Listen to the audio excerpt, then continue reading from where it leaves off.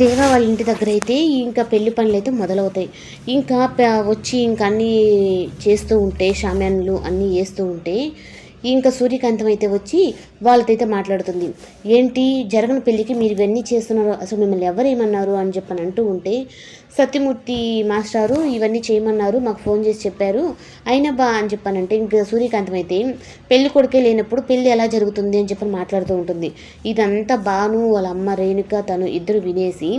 ఇంకా నేరుగా అయితే సత్యమూర్తి దగ్గరికి అయితే వచ్చి, ఏంటన్నయ్య పెళ్లి కొడుకే లేనప్పుడు పెళ్లి ఎలా జరుగుతుంది అని చెప్పని మాట్లాడుతున్నారు, అసలు దేవ 2 రోజుల నుంచి కనిపించట్లేదంటే ఇప్పుడు రేపైనా పెళ్ళికి వస్తాడా లేదా మనకు ఎలా తెలుస్తుంది అని చెప్పంటే ఇంకా సూర్యకాంతం నోరైతే గమ్ముగా ఉండదు. ఇంకా సూర్యకాంతం అయితే ఇప్పుడు ఎలా చెప్పాలి పిన్ని, ఇప్పుడు అంతా జరిగేది వింటూనే ఉన్నావు, మళ్ళీ నువ్వు చెప్పమంటే ఎలా అంటే ఇంకా శారద అయితే సూర్యకాంతం అయితే నువ్వు నోరు మూసుకొని ఉంటావా, అన్నీ ప్రతిదానికి తగుదనమ్మా అని చెప్పనని ముందుకు వస్తావు అని ఇంకా అలా మాట్లాడుతూ ఉంటే ఒక పక్క బాను ఏడుస్తూ ఉంటుంది, ఒక పక్క రేణుక ఏడుస్తుంది. ఎందుకంటే నేను ఇప్పుడు రేపు గబక్కన పెళ్ళి కానీ మండపంలో జరగలేదు అంటే నేను నా కూతురు ఏదో ఒకటి చేసుకొని చనిపోతాము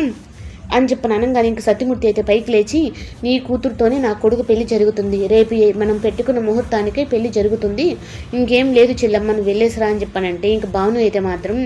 ఇప్పటికే పెళ్ళి అని చెప్పని 3 రోజుల నుంచి దేవా కనిపించట్లేదు అని చెప్పని అంటున్నారు, రేపైనా కరెక్ట్గా వస్తాడా లేదా అంకుల్ అంటే వస్తాడు, కరెక్ట్గా వస్తాడు, మీ పెళ్ళి ఆగదు అనేది చెప్తాడు. ఏమో అన్నయ్య నాకైతే మాత్రం చాలా భయంగా ఉంది, పేటల మీద పెళ్ళి ఆగిపోతే నా కూతురు ఇంకెవరు చేసుకుంటారు అని చెప్పని అనగానే